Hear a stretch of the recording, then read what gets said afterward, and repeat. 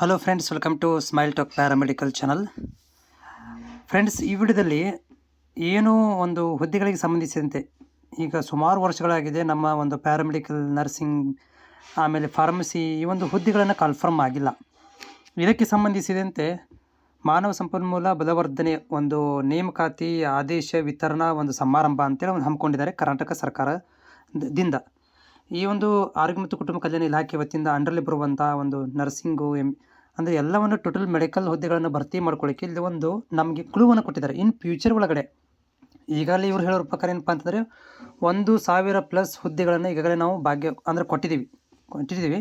ಇನ್ನೂ ಉಳಿದಿರುವಂಥ ನೇಮಕಾತಿ ಹಂತದಲ್ಲಿರುವಂಥ ಅಥವಾ ಜಾರಿಯಲ್ಲಿರುವ ನೇಮಕಾತಿಗಳು ಅಂದರೆ ಮುಂದಿನ ಫ್ಯೂಚರಲ್ಲಿ ನಿಮ್ಗೆ ಏನಾಗ್ಬೋದು ಅಂದರೆ ಈ ಒಂದು ಹುದ್ದೆಗಳನ್ನು ನಿಮಗೆ ಜಾರಿ ಮಾಡಲಾಗುತ್ತೆ ಅಂತೇಳಿ ಇಲ್ಲೊಂದು ಕೋಷ್ಟಕವನ್ನು ಕೊಟ್ಟಿದ್ದಾರೆ. ಇದನ್ನು ಯಾವಾಗ ಬಿಡುಗಡೆ ಮಾಡ್ತಾರೋ ಗೊತ್ತಿಲ್ಲ. ಅದನ್ನು ನಿಮ್ಗೆ ಈ ವಿಡಿಯೋದಲ್ಲಿ ನಾನು ತೋರಿಸ್ತೀನಿ ಎಷ್ಟು ಹುದ್ದೆಗಳಿದಾವೆ ಅಂತೇಳಿ. ಇಲ್ಲಿ ನೋಡ್ತಾ ಇದ್ದೀರಿ, ಈ ಹುದ್ದೆಗಳು ಪ್ರಾಥಮಿಕ ಆರೋಗ್ಯ ಸಂರಕ್ಷಣಾಧಿಕಾರಿಗಳು ಅಂತೇಳಿ 1205 ಹುದ್ದೆಗಳಿದಾವೆ. ಕಲ್ಯಾಣ ಕರ್ನಾಟಕ ಅರೆವೈದಿಕ ಹುದ್ದೆಗಳು ಅಂದರೆ ಕಲ್ಯಾಣ ಕರ್ನಾಟಕ ಅರೆವೈದಿಕ ಹುದ್ದೆಗಳು ನಮ್ಮ ಪ್ಯಾರಾಮೆಡಿಕಲ್ ಅಭ್ಯರ್ಥಿಗಳಿಗೆ 877 ಹುದ್ದೆಗಳು. Staff nurse GNM nursing BS nursing ಸೇರಿಸಿ 600.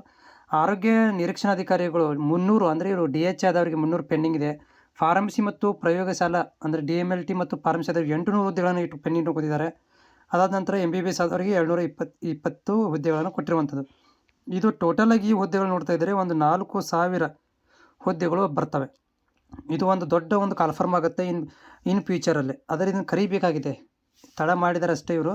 ಆದರೆ ಹೇಳ್ತಾ ಇದ್ದಾರೆ ಜಾರಿಯಲ್ಲಿರುವ ನೇಮಕಾತಿ ಹುದ್ದೆಗಳು ಅಂತೇಳಿ.